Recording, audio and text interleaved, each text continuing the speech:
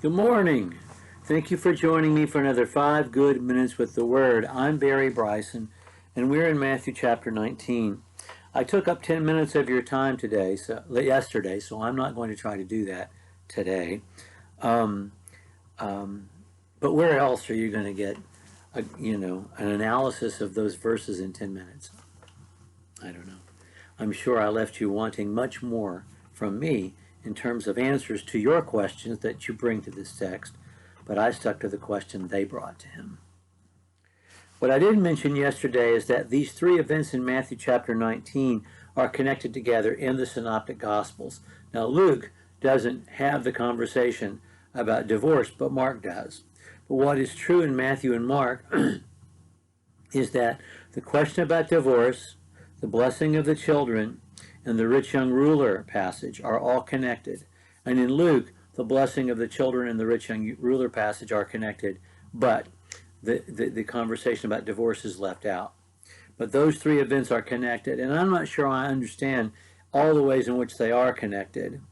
But I think I know clearly and personally in my own life why the first two are connected. Some children, verse 13, were brought to him. Matthew 19, verse 13. Some children were brought to him so that he might lay his hands on them and pray. And the disciples rebuked them. And Jesus said, "Let the children alone.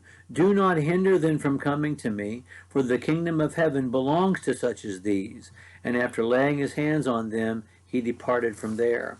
That's not the only time that Jesus takes time to bless the children, and the apostles are trying to get them to leave him alone. But I have to say, if there's a moment in which I feel close to Jesus in the Gospels, this is one of those times. Because if it were my choice to choose between spending time hanging out with the littles or spending time hanging out with a bunch of wound up men who want to argue about marriage and divorce, that's a no-brainer.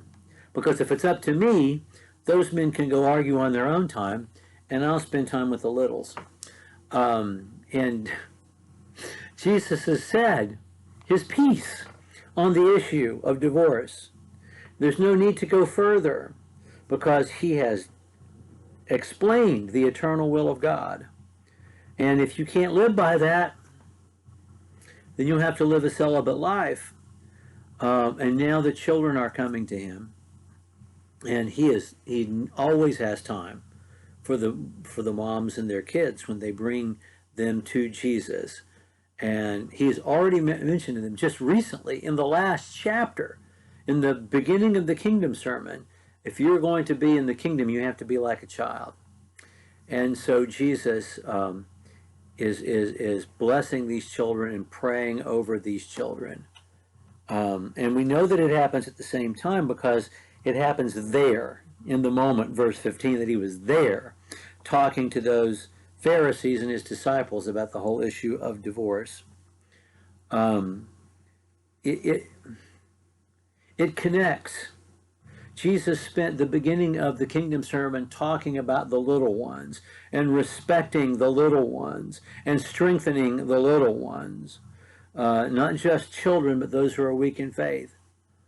And I think we have a living example of Jesus saying, I'm done with this argument. I'm done with debate club. I've told you what the word says, and I'm not going to talk about it anymore. Because what's more important is to raise these children upright so that they can build strong families because they are strong people in themselves. And I'm going to devote time doing that. That's a more productive use of my time right now than to continue this conversation when I've already spoken to you the will of God. It's not up to you to understand it, it's up to you to live by it at this point. I just love how this all connects, and I love that Jesus does it. I love it for selfish reasons because I personally have distaste for debate club. I don't think much is gained by and so many men and women too, but more men in my experience than women, just love Fight Club. We're sword sharpening, so let's just fight about this. Well, I'll tell you what, when you spend your time in debate club, it doesn't take very long for hurt feelings to happen. And male egos are not resilient.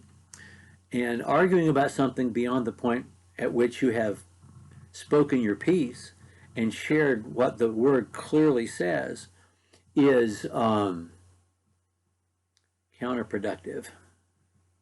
There are better uses of your time and mine than to keep arguing about something when past the point that we've listened to each other and we're listening to God. There are immature Christians and there are children who need our attention, who need our support, who need our prayers. And we spend not enough time in a normal day doing those things. and I think we're cheating them and we're cheating God when we spend our time arguing with each other past the point that we are listening to each other or even listening to God's word, when there are things we can do to support those who have need. Okay, you got an extra sermon with those 3 verses. I'm sorry, but I feel very strongly about this.